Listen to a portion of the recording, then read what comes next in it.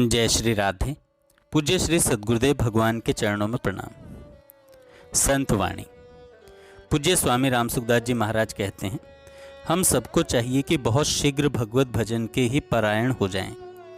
ऐसे परायण हो जाएं कि भगवान का भजन करते करते वाणी गदगद हो जाए, चित्त द्रवित हो जाए, मन भगवान में ही लग जाए, फिर भजन करना ना पड़े, स्वाभाविक ही होने लग जाए।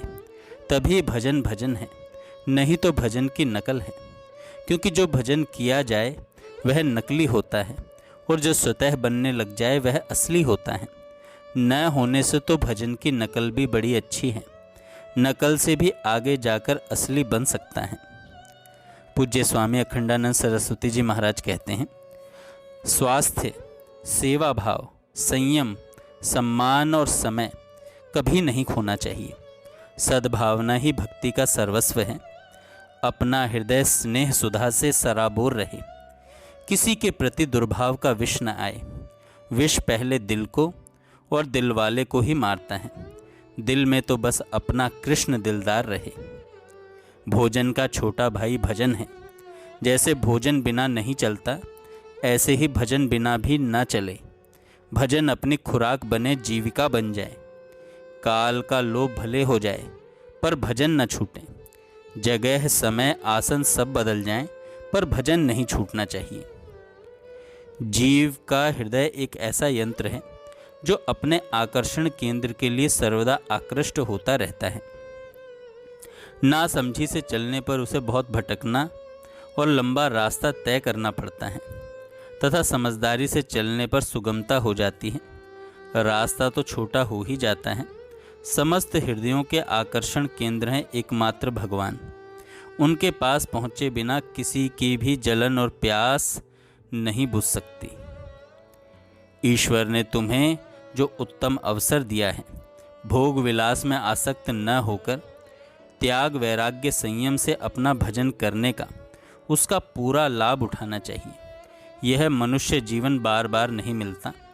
इसमें मनुष्य साधन, सत्संग और लगन से परमात्मा को प्राप्त कर सकता है। स्त्री पुरुष सभी इसलिए बड़े प्रेम से निरंतर परमात्मा के स्मरण का अभ्यास करना चाहिए। पूज्य श्री पंडित गया प्रसाद जी महाराज कहते हैं कि वृंदावन में रहकर भी श्री वृंदावन का लाभ नहीं मिलता। इसका कारण यह है कि साधक की रहनी उत्तम नहीं है। रहनी माने जीवन की शैली, सोचने का ढंग, चिंतन का स्वरूप, अंतर की स्फुरना, शरीर की चेष्टा, मन के संकल्प, बुद्धि के निर्णय, इन सब से साधक की रहनी बनती है। वृंदावन का महात्मा अतुल्य है, पर उचित रहनी के अभाव में लाभ नहीं मिलता। इसी प्रकार संत सन्निधि का महात्मा अतुल्य है, पर लाभ साधक को नहीं होता, इसलिए कि साधक जैसी रहनी नहीं है। साधक अपनी रहनी को बनाए पवित्र, जीवन महापवित्र। 4 बातें उपदेश के रूप में श्री उड़िया बाबा जी ने पूज्य पंडित जी श्री गया प्रसाद जी को कही थी। इन्हीं 4 बातों को लेकर पूज्य पंडित जी की साधना है।